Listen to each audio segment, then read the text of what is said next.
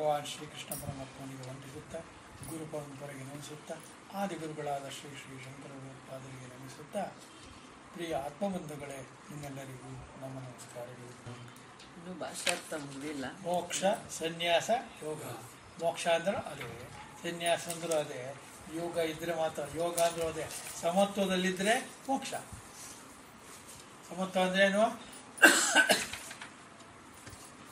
ಈ ಸಮತ್ವ ಅನ್ನತಕ್ಕಂಥದ್ದು, ಯೋಗ ಅನ್ನತಕ್ಕಂಥದ್ದು ಅಜ್ಞಾನಿಗಳಿಗೆ ಹೇಳಿರುವ ಮಾತು, ಕರ್ಮಿಗಳಿಗೆ ಹೇಳಿರುವ ಮಾತು. ಕರ್ಮವನ್ನು ಯೋಗವನ್ನು ಅಪ್ಲೈ ಮಾಡಿದ್ರೆ ಕರ್ಮಯೋಗವಾಗುತ್ತದೆ, ಭಕ್ತಿಯೋಗವಾಗುತ್ತದೆ, ಜ್ಞಾನವು ಜ್ಞಾನಯೋಗ ಆಗುತ್ತದೆ ಅಲ್ವಾ? ಹಾಗಾದರೆ ಯೋಗವನ್ನು ಸಂಪಾದನೆ ಮಾಡೋದು ಹೇಗೆ? ಸಮತ್ವದಲ್ಲಿರೋದ್ರಿಂದ ಏನು? ಪರಮಾತ್ಮನಲ್ಲೇ ನನ್ನ ಧ್ಯಾನ ಯಾವಾಗಲೂ ಇರುವುದು, ಭಗವಂತನಲ್ಲೇ ಇರುವುದು, ಆತ್ಮದಲ್ಲಿಯೇ ಇರುವುದು ಅಂದೇನಿರ್ತ ಇಲ್ಲ. ಅದನ್ನೇ ಚಿಂತೆ ಮಾಡೋದು, ಮಿಕ್ಕಿದ್ದೆಲ್ಲ ಅದ್ರ ಪಾಡಿಗೆ ನಡೆಯುತ್ತೆ. ನೀವು ಮಾಡೋದು ಏನೋ ಇರೋದಿಲ್ಲಪ್ಪ. ಯೋಚನೆ ಮಾಡಿ ನಾವು ಮಾಡೋದೇನೂ ಇಲ್ಲ. ಎಲ್ಲ ಆಗ್ತಾ ಇದೆ, ಆಗದೆ ನೋಡ್ತಾ ಹೋಗ್ಬೇಕು. ಯಾವತ್ತು ವಿಟ್ನೆಸ್ ಎವ್ರಿಥಿಂಗ್. ನೀವು ಸಾಕ್ಷಿ ರೂಪದಲ್ಲಿ ಎಲ್ಲವನ್ನ ನೋಡಬೇಕು. ಆಗ ನಿಮಗೆ ಬದುಕು ಅನ್ನುವುದು ಹಗುರವಾಗುತ್ತದೆ. ಮೊದಲು ಹಗುರ ಆಗಬೇಕು, ಆಮೇಲೆ ನಿಮಗೆ ಗುರುತಾಗುವುದು. ಗುರುತಾಗುವುದು. ಅದನ್ನ ಏನ್ ಹೇಳ್ತಾರೆ ಇವತ್ತು ನೋಡಿ. ಅದಕ್ಕೆ ಶೀರ್ಷಿಕೆ ಇದೆಯಲ್ಲ, ಹೇಳ್ಬಿಟ್ಟು ಹೇಳಿ.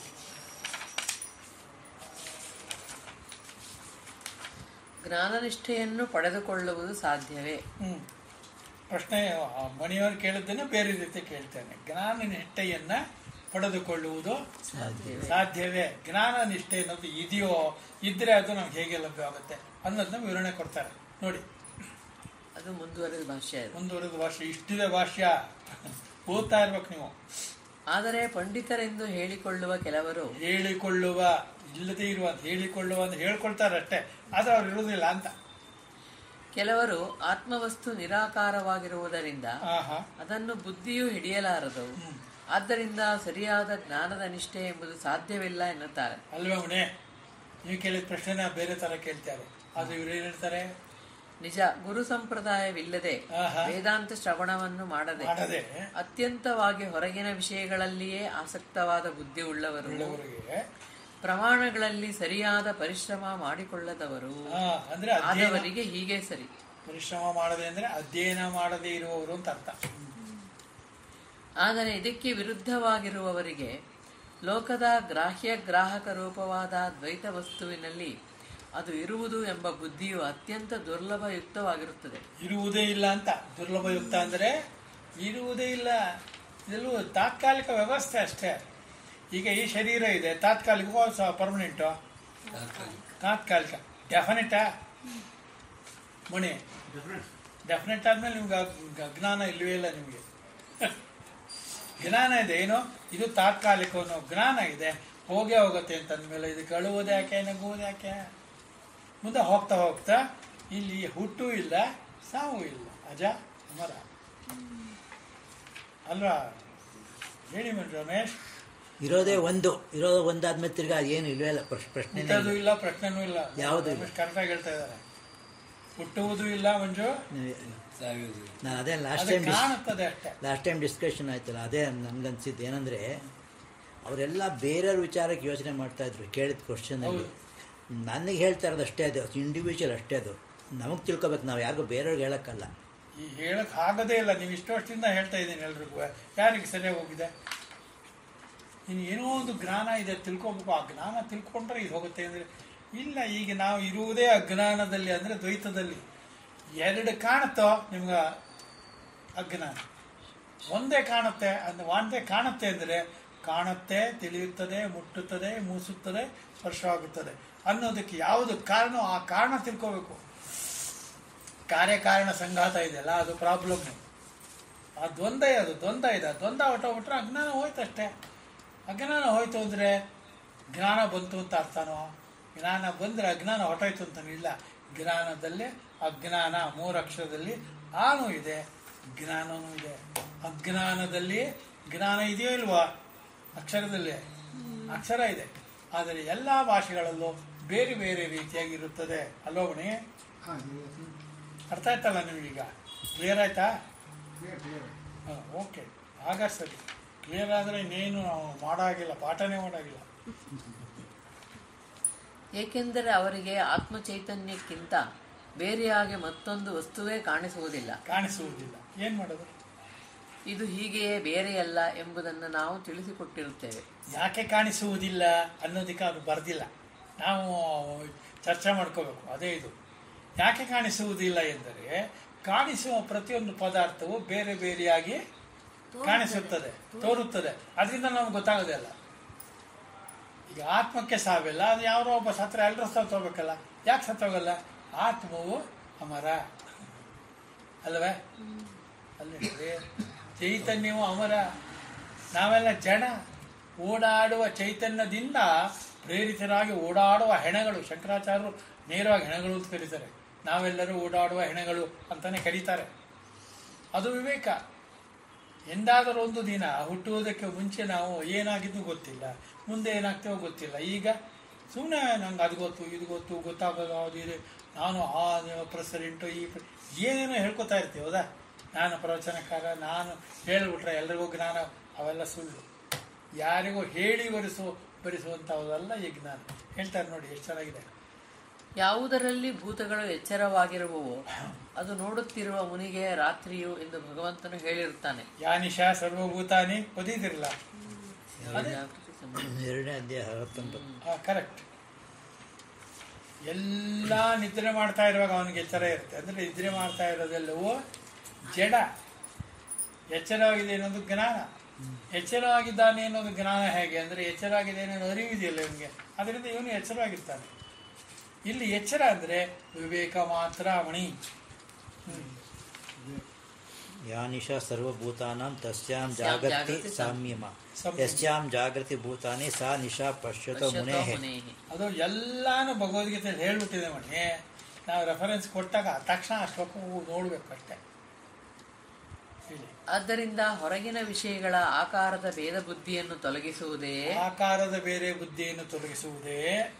ಆತ್ಮಸ್ವರೂಪವನ್ನು ಅದು ಆಶ್ರಯಿಸುವುದಕ್ಕೆ ಕಾರಣವಾಗುತ್ತದೆ. ಅಲ್ವೇ? ಯೋಚನೆ ಮಾಡಿ. ಯಾವುದೋ ಒಂದು ಆಧಾರವಿಲ್ಲದೆ ವ್ಯವಹಾರ ಏನು ಮಾಡೋಕ್ಕಾಗಲ್ಲ. ವ್ಯವಹಾರ ಮಾಡೋಕ್ಕೆ ಮಿನಿಮಮ್ ಇಬ್ಬರು ಇರಲೇಬೇಕು. ಕೊಡುವ ತೆಗೆದುಕೊಂಡು ಲೇವಾದೇವಿ ಯಾವುದಾದ್ರು ಒಂದು ಪದಾರ್ಥವು ಏನೋ ಒಂದು ಇರಲೇಬೇಕು. ಬಾರ್ಟರ್ ಸಿಸ್ಟಮು ಏನಾದ್ರು ಒಂದು ಇರ್ಬೇಕು ಅಲ್ವಾ ಅವನೇ? ಒಬ್ಬರೇ ಇದ್ರೆ ಜ್ಞಾನ ಅಷ್ಟೇ, ಒಬ್ಬರೇ ಇದ್ರೆ ವ್ಯವಹಾರ ಇಲ್ಲ. ವಿವಿಕ್ತ ಸೇವೆ ನೋಡಿ ಎಷ್ಟು ಚೆನ್ನಾಗಿ ಹೇಳಿದ್ದಾರೆ. ಇದು ಜ್ಞಾನಕ್ಕೋಸ್ಕರ ಹೇಳಿರೋ ಮಾತು. ನಿಮ್ಮನ್ನು ಪ್ರಚೋದಿಸುವುದಕ್ಕೋ ಅಥವಾ ಎಳ್ಕೊಂಡೋಗಿ ಅಲ್ಲಿ ನಿಲ್ಲಿಸ್ಬಿಡೋದು ಆಗದೇ ಇಲ್ಲ. ಯಾವಾಗಲೂ ನಾವು ಇರುವುದೇ ದ್ವೈತದಲ್ಲಿ, ತಿಳಿಯಬೇಕಾದದ್ದು ಅದ್ವೈತವನ್ನ. ಅರ್ಥ ಆಯ್ತಾ? ಏಕೆಂದರೆ ಆತ್ಮ ಎಂಬುವನು ಯಾವನಿಗೂ ಎಂದಿಗೂ ಅಪ್ರಸಿದ್ಧನಾಗಿರುವುದಿಲ್ಲ. ಎಲ್ಲರಿಗೂ ಪ್ರಸಿದ್ಧ ಆತ್ಮ ಅಂತ ಅಲ್ವಾ? ಆತ್ಮಬಲ ಇದೆ ಅವನಿಗೆ ಅಂದ್ರೆ ಏನರ್ಥ? ಎಲ್ಲರಿಗೂ ಆತ್ಮಬಲ ಇದೆ. ಅವ್ರು ಹೇಳ್ತಾ ಇರೋದು ಅಜ್ಞಾನದಿಂದ ಅವನಿಗೆ ಮಾತ್ರ ಇದೆ ಅಂತ. ಆತ್ಮಬಲ ಅನ್ನೋದು ವಿಸ್ತಾರವಾಗಿ ಯಾವಾಗಲೂ ಎಲ್ಲ ಕಡೆಯೂ ಹರಡಿಕೊಂಡಿದೆ. ಅದು ಕೊಂಚ ಇದೆ, ಜಾಸ್ತಿ ಇದೆ, ಕಡಿಮೆ ಇದೆ, ಆ ಥರ ಅಲ್ಲ. ಅದು ಚೈತನ್ಯ, ಎಲ್ಲದಕ್ಕೂ ಮೂಲ ಅದೇನೆ ಅಲ್ವಾ? ಗೊತ್ತಾಗಬೇಕು ನಮಗೆ. ಪ್ರಕಟ ಆಗೋದು ಬೇರೆ ಥರ. ಪ್ರಕಟ ಬೇರೆ ಬೇರೆ ಬೇರೆ ಬೇರೆ. ಮೊದಲೇ ಹೇಳ್ಬಿಟ್ಟು ನಾಮರೂಪ ಕ್ರಿಯೆ ಈ ಪ್ರಪಂಚ ಅಂದರೆ. ನಾಮರೂಪ ಕ್ರಿಯೆನೆಲ್ಲ ಗುಡಿಸಿ ಪಕ್ಕದಲ್ಲಿ ಇಟ್ಬಿಟ್ರೆ ಪರಮಾತ್ಮ. ಹಾಗೆ ಹೇಳಿದ್ರೆ ಹೇಗೆ ಅರ್ಥ ಆಗುತ್ತೆ? ಅರ್ಥ ಆಗಬೇಕು, ಆವಾಗಲೇ ಅಧ್ಯಾತ್ಮ. ಪಡೆದುಕೊಳ್ಳಬೇಕಾದವನು ಬಿಡತಕ್ಕವನು ಅಥವಾ ತೆಗೆದುಕೊಳ್ಳತಕ್ಕವನು ಆಗಿರುವುದಿಲ್ಲ. ಪ್ರಮೇಯಗಳು ಅಪ್ರಸಿದ್ಧವಾಗಿರುವುದರಿಂದ ಅವಕ್ಕೆ ಪ್ರಮಾಣದ ಅಪೇಕ್ಷೆ ಇರಬಹುದು, ಆದರೆ ಆತ್ಮನಿಗೆ ಅದು ಬೇಕಿಲ್ಲ. ಆತ್ಮವು ಅಪ್ರಮೇಯ ಅಲ್ವಾ? ಪ್ರಮೇಯನವನು ಇಲ್ಲ, ಅಪ್ರಮೇಯ. ಆದ್ದರಿಂದ ಅವನು ಯಾವುದೇ ಪ್ರಮಾಣ ಬೇಡ ಅವನಿಗೆ. ಹೌದಲ್ವ? ಈಗ ಮಣಿ ನಮ್ಗೆ ಇಲ್ಲೆಲ್ಲರಿಗೂ ಅಷ್ಟು ಗೊತ್ತು, ಇಡೀ ಪ್ರಪಂಚ ಗೊತ್ತಾ? ನಾನು ನೀವು ಕೂತಿರೋರಿಗೆ ಏನು ಹೇಳ್ತಾ ಅಥವಾ ಇನ್ನಿಂದ ಆಚೆಗೆ 100 ಜನಕ್ಕೆ 200 ಜನಕ್ಕೆ ಗೊತ್ತಿರ್ಬೋದು. ಇಡೀ ಪ್ರಪಂಚ ಗೊತ್ತಾ? ಇಲ್ಲ. ಯಾಕೆಂದರೆ ನಾಮರೂಪ ಕ್ರಿಯೆಗಳೆಲ್ಲವೂ ಅತ್ಯಂತ ಕಡಿಮೆ ಇದು. ಅದೇ ಕಾಲ ದೇಶ ವಸ್ತುವಿನಲ್ಲಿ ಅದು ವಿಂಗಡವಾಗುವುದಿಲ್ಲ. ಅದು ಬಿಟ್ಟರೆ ಎಲ್ಲರೂ ಚೈತನ್ಯ. ಅದಕ್ಕೋಸ್ಕರ ಒಂದು ಮಗು ಹುಟ್ಸಪ್ಪ ಅವ್ನಿಗೆ ಅಂತೀವಿ. ಎಂಥ ಮಗು ಅಂತ ಹೇಳಲ್ಲ ಅಲ್ವಾ? ನಾಮಕರಣ ಮಾಡುವ ನಾವು ನೋಡ್ತೀವಿ, ಅದು ಗಂಡೋ ಹೆಣ್ಣೋ ಏನು ಅಂತ. ಹೌದಾ? ಅಲ್ಲಿಂದ ಆಚೆಗೆ ಬೆಳೆಯುವಾಗ ಅವನು ಅದರಂತೆ ಬೆಳೀತಾ ಇರ್ತಾನೆ, ಅದಕ್ಕೆ ಇರುವ ವ್ಯವಸ್ಥೆಯಲ್ಲಿ ಬೆಳೀತಾ ಇರ್ತಾನೆ. ಏನಾಗ್ತಾನೆ ಗೊತ್ತಿಲ್ಲ ಅಲ್ವಾ ಮಂಜು? ರಸ್ತೆಯಲ್ಲಿ ನಾವು ಹೋಗುವಾಗ, ಇಲ್ಲಿಂದ ನೀವು ಹೋಗುವಾಗ ಒಂದು ಮಗು ಸಿಕ್ಬಿಟ್ರೆ, ಮಗು ಇದು ಯಾರ್ದು ಏನು ಫಸ್ಟ್ ಟೈಮ್ ಮಾಡ್ತೀವಿ, ಗಂಡ ಹೆಣ್ಣು ಚೆಕ್ ಮಾಡ್ತೀರ, ಆಮೇಲೆ ಯಾರೋ ಬಿಟ್ಟೊಟ್ಟಾಗಿದೆ ನೋಡಿ, ಆಮೇಲೆ ಪೊಲೀಸ್ನವ್ರು ನಮಗೆ ಬೇಡ ಅಂತಾರೆ ಅವರು, ಕೊನೆಗೆ ಅದು ನಿಮಗೆ ಕೆಟ್ಟು ಬೀಳುತ್ತೆ. ನೀವೇನು ಮಾಡ್ತೀರ ಅದನ್ನ? ಪೊಲೀಸ್ನವರು ಬೇಡ ಅಂತಾರೆ ಅಂದ್ರೆ ಏನು ಮಾಡ್ತೀರ ನೀವು? ಏನು ಮಾಡ್ತೀರಲ್ಲಂತ ನಾವು ಇಟ್ಕೊಂಡು ಸಾಕ್ತೀವ ಅದನ್ನ ಹೇಳೋದೇ ಇಲ್ಲ ಅವರು ಅಲ್ವಾ? ಯಾಕಪ್ಪ ನಮಗೆ ಯಾವುದೋ ಏನೋ ಯಾವುದೋ ಮಾಡಿ ಅವರು ತಗೊಳ್ಳಿಲ್ಲ ಅಂತ ಇಟ್ಕೊಳ್ಳಿ, ಬಾಗಿಲು ಹಾಕಿರುವಾಗ ಬಾಗಿಲಂತ ಮಲಗಿಸ್ಬಿಟ್ಟು ಬಂದ್ಬಿಡ್ತಾರೆ ಅಲ್ವಾ? ಇದೆಲ್ಲ ಓದಿದ್ದೀವಿ ಕಥೆಗಳಲ್ಲಿ, ಸಿನಿಮಾ ನೋಡಿದೀವಿ. ಅದಕ್ಕೋಸ್ಕರ ಅವ್ರು ಉತ್ತರ ಹೇಳಿದ್ದು. ನಾನು ಸಾಕ್ತೀನಿ ಹೇಳಲೇ ಇಲ್ಲ ಅವರು. ಯಾಕೆ ಹೇಳಲಿಲ್ಲ? ಒರಿಜಿನಲ್ ಅಲ್ಲ. ಒರಿಜಿನಲ್ ಆದ್ರೆ ಏನು ಹೇಳ್ತಾರೆ, ಯಾರದೇ ಏನೋ ನನಗೆ ಗಂಟು ಬಿದ್ದಿದೆ ನಾನು ಸಾಕ್ತೀನಿ, ಎಲ್ಲಿ ಸಾಗುತ್ತೋ ಸಾಕ್ತೀನಿ, ಕೇಳ್ತಾ ಇರ್ತೀನಿ. ಪೊಲೀಸ್ನವ್ರು ಯಾವತ್ತೂ ಒಪ್ಕೊಂಡ್ರೆ ಸರಿ, ಇಲ್ಲ ಅಂದರೆ ಸ್ವಲ್ಪ ದೊಡ್ಡದಾದ್ರೆ ಸಾಕ್ಸ್ಕೊಂಡು ಕೊಡ್ತೀನಿ, ಅಥವಾ ಮಕ್ಕಳು ಇಲ್ದಿರೋರು ಕೊಡ್ತೀನಿ. ಇಲ್ಲ ನಾನೇ ಸಾಕ್ತೀನಿ, ನಾನೇ ಸಾಕೋಕ್ಕೆ ಹೋಗ್ತಾ ಇಲ್ಲ ಅಂತ ಇಟ್ಕೊಳ್ಳಿ. ಅವಾಗ ಯಾಕೆ ಯಾರಿಗೆ ಸಾಕೋಕ್ಕೆ ಯೋಗ್ಯತೆ ಇದೆಯೋ, ಯಾರಿಗೆ ಮಗುವಿನ ಅವಶ್ಯಕತೆ ಇದೆಯೋ ಅವ್ರನ್ನ ಹುಡುಕಿ ಕೊಡ್ತೀನಿ, ಅದು ನನ್ನ ಡ್ಯೂಟಿ ಅಲ್ವಾ ಮಂಜು? ಅದಕ್ಕೆ ಸಿಕ್ಕಿಲ್ಲ ನೀವು ಯಾವುದು ಸಂತೋಷ, ಇರೋದೇ ಏನೋ ಸಾಕಿದ್ರೆ ಸಾಕುತ್ತ ಅವರು. ಮುಂದಕ್ಕೆ ಅವನು ಅಪ್ರಸಿದ್ಧನಾಗಿದ್ದರೆ ತನಗಾಗಿ ಮಾಡುವ ಸರ್ವ ಪ್ರವೃತ್ತಿಗಳು ವ್ಯರ್ಥವಾಗುತ್ತಿದ್ದವು, ಏಕೆಂದರೆ ತನಗಾಗಿಯೇ ಸರ್ವವೂ ಬೇಕಾಗಿದೆ. ಆ ಪ್ರವೃತ್ತಿಗಳು ದೇಹವೇ ಮುಂತಾದ ಅನಾತ್ಮಕ್ಕಾಗಿ ಎಂದು ಕಲ್ಪಿಸುವುದಕ್ಕೂ ಆಗುತ್ತಿರಲಿಲ್ಲ. ನೋಡಿದ್ರ, ಸುಖವು ಸುಖಕ್ಕಾಗಿ, ದುಃಖವು ದುಃಖಕ್ಕಾಗಿ ಎಂದು ಹೇಳುವುದಕ್ಕೂ ಆಗುವುದಿಲ್ಲ.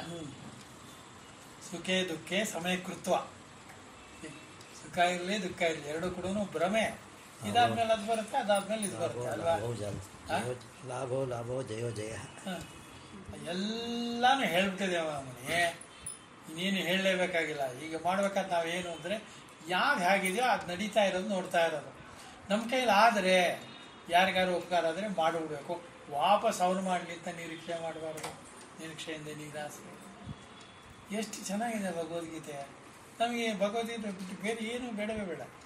ಮೊನ್ನೆ 69 ವರ್ಷ ಆಗಿದ್ದಕ್ಕೆ ರವಿಶಂಕರ್ ಅವರಿಗೆ ಏನು ನಿಮ್ಗೇನಾದ್ರು ಏನು ಕೇಳಿದರೆ?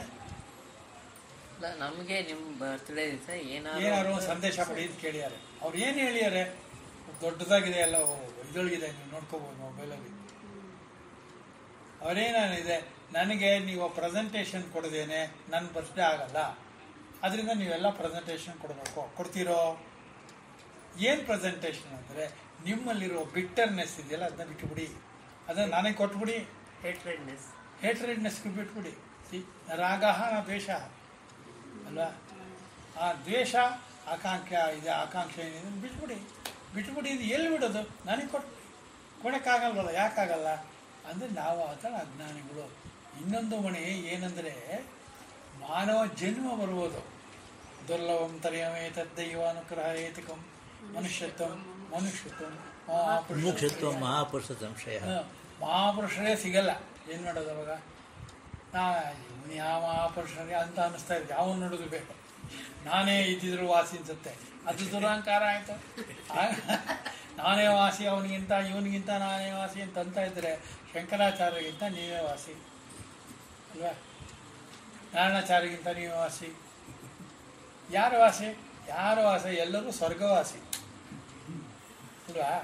ಅದರಿಂದ ಹೋಗುವ ಬರುವ ವಿಚಾರವೇ ಇಲ್ಲದೇ ಇರುವ ಜಾಗದಲ್ಲಿ ಬಂದು ಹೋಗುವುದಕ್ಕೆ ನಾವು ನಮ್ಮ ಬಸ್ಸಿಗೆ ಕಾಯಬೇಕು, ಹೋಗ್ಬೇಕು, ಇರ್ಬೇಕಷ್ಟೇ. ಏನು ಕಾಯಬೇಕು ಅಂದರೆ ನಮ್ಮ ಕರ್ಮ, ಅದು ಅಷ್ಟೇ. ಕರ್ಮ ಕಳೆಯುವುದಕ್ಕೆ ಕೆಲಸ. ಕರ್ಮ ಅಂದರೆ ಕಳೆಯುವುದಕ್ಕೆ ಅಂದರೆ ಅದನ್ನು ಮಾಡುವುದಕ್ಕೆ ಕೆಲಸ. ಅದು ಯಾರಿಗೆ ಸೇರಬೇಕು? ಪರಮಾತ್ಮನಿಗೆ. ಈಶ್ವರ ಭಾವ ಈಶ್ವರ ಬುದ್ಧಿಯಲ್ಲಿ ಮಾಡಿದರೆ ಏನು ಪ್ರಾಬ್ಲಮ್ ಇಲ್ಲ, ಏನೂ ನಮ್ಗೆ ತೊಂದರೆ ಆಗಲ್ಲ. ತೊಂದರೆ ಅಂದರೆ ತೊಂದರೆ ಅಂದರೆ ಅಜ್ಞಾನ ಅಷ್ಟೇ, ಇನ್ನೇನಿಲ್ಲ. ನಮಗಿರೋ ತೊಂದರೆ ಏನಂದರೆ ಅಜ್ಞಾನ ಒಂದೇ. ಹೇಳಿ. ಸರ್ವ ವ್ಯವಹಾರವು ಆತ್ಮನ ಅರಿವಿನಲ್ಲಿ ಕೊನೆಗಾಣುವುದರಿಂದಲೂ ಹೀಗೆ ತಿಳಿಯಬೇಕಾಗಿದೆ. ಈ ಸೆಂಟೆನ್ಸ್ ಅಂಡರ್ಲೈನ್ ಮಾಡ್ಕೊಳ್ಳಿ. ಪ್ರತಿಯೊಂದು ವ್ಯವಹಾರವೋ ಕೆಲಸವೋ ಇದು ಯಾವಾಗಲೂ ಆತ್ಮನ ಅರಿವಿನಲ್ಲಿ ಆತ್ಮದ ಅರಿವಿನಲ್ಲಿ ಅಂದ್ರೆ ಆತ್ಮವು ಅರಿವಿನ ಸ್ವರೂಪ ಅಂತ ಆಯ್ತೋ ಇಲ್ವೋ ಮಣಿ? ಆತ್ಮವು ಅರಿವಿನ ಸ್ವರೂಪ. ಸತ್ಯಂ ಜ್ಞಾನಂ ಅನಂತಂ ಬ್ರಹ್ಮ. ಅದಷ್ಟೂ ಆತ್ಮದ ಲಕ್ಷಣಗಳು, ಬ್ರಹ್ಮನ ಲಕ್ಷಣಗಳು ಅಲ್ಲೋ ಮಂಜು? ಸತ್ಯಂ ಜ್ಞಾನಂ ಅನಂತಂ ಬೇರೆ ಬೇರೆ ಬೇರೆ ಬೇರೆಯಾಗಿದೆ. ಸತ್ಯ ಅಂದರೂ ಬ್ರಹ್ಮನೇ, ಜ್ಞಾನ ಅಂದರೂ ಬ್ರಹ್ಮನೇ, ಅನಂತ ಅಂದರೂ ಬ್ರಹ್ಮನೇ. ಬ್ರಹ್ಮ ಅಂದರೆ ಇದೆಲ್ಲ ಲಕ್ಷಣಗಳು ಇರಬೇಕು ಅಂತ ಹೇಳ್ತಾ ಇದೆ ವ್ಯಾಖ್ಯಾನದಲ್ಲಿ. ನಮ್ಗೆ ಅರ್ಥವಾಗಲಿ ಅಂತ ಅವ್ರು ಹೇಳ್ತಾ ಇರೋದಷ್ಟೇ ಅಲ್ಲ. ಮುಂದೆ ಆದ್ದರಿಂದ ತನ್ನ ದೇಹವನ್ನು ಹೀಗೆಂದು ಗೊತ್ತುಪಡಿಸಿಕೊಳ್ಳುವುದಕ್ಕೆ ಮತ್ತೊಂದು ಪ್ರಮಾಣವು ಹೇಗೆ ಬೇಕಿಲ್ಲವೋ ಅದಕ್ಕಿಂತಲೂ ಆತ್ಮನು ಇನ್ನೂ ಒಳಗಿರುವುದರಿಂದ ಅವನನ್ನು ಅರಿತುಕೊಳ್ಳುವುದಕ್ಕೆ ಮತ್ತೊಂದು ಪ್ರಮಾಣವು ಬೇಕಿರುವುದಿಲ್ಲ. ಈಗ ಮಣಿ ಹೋಗ್ತಾ ಇರ್ತಾರೆ, ಇಲ್ಲಿ ಮಣಿ ಅಂತ ಕೇಳಿಸುತ್ತೆ, ತಕ್ಷಣ ತಿರುಗಿ ನೋಡ್ತಾರೋ ಇಲ್ವೋ? ಯಾಕೆ? ಅವರು ನಾಮರೂಪ ಕ್ರಿಯೆಗಳಿಂದ ಪ್ರಚೋದಿತವಾಗಿದ್ದಾರೆ, ಅದರಿಂದ ನಿರೀಕ್ಷಿತವಾಗಿರೋದ್ರ ರೀತಿಯಲ್ಲಿ ಗುರುತಿಸಲ್ಪಟ್ಟಿದ್ದಾರೆ. ಅದರಿಂದ ಮಣಿ ತಕ್ಷಣ ನನ್ನ ಯಾರೋ ಕೂಗಿದ್ರು ಅಂತ ಕಾಣುತ್ತೆ ಅಂತ ತಿರುಗಿ ನೋಡೋದು, ಹೌದಲ್ವಾ? ಏನು ಹೆಸರೇ ಇಲ್ಲ ನಮಗೆಲ್ಲ ಅಂದರೆ ಏನಾಗುತ್ತೆ ಅವಾಗ? ಹೆಸರಿಲ್ಲದೆ ಇರೋರನ್ನು ಕರೆಯೋದು ಹೇಗೆ? ವ್ಯವಹಾರಕ್ಕೆ ಮಾತ್ರ ಈ ನಾಮರೂಪಗಳು ಹೆಸರುಗಳು ಇರೋದು ಅಲ್ವೇ? ಇನ್ವಿಟೇಷನ್ ಪ್ರಿಂಟ್ ಮಾಡಬೇಕು, ಏನು ಮಾಡಲಿ ಹೆಸರು? ನಮ್ಮ 5-6 ಹೆಸರಿದು ಯಾರು ಮಾಡೋದು? ಹುರುಫ್ ಅಂತ ಮಾಡಬೇಕು ಅಲ್ಲ ಮನೆ? ಮಂಜು, ನಿಮ್ಮ ಹೆಸರೇನು ಒರಿಜಿನಲ್ ಹೆಸರು? ಯಾರು ಏನು ನಿಮ್ಮ ಅಲಿಯಾಸ? ಕೋರ್ಟಿಂದ ಅದಕ್ಕೆ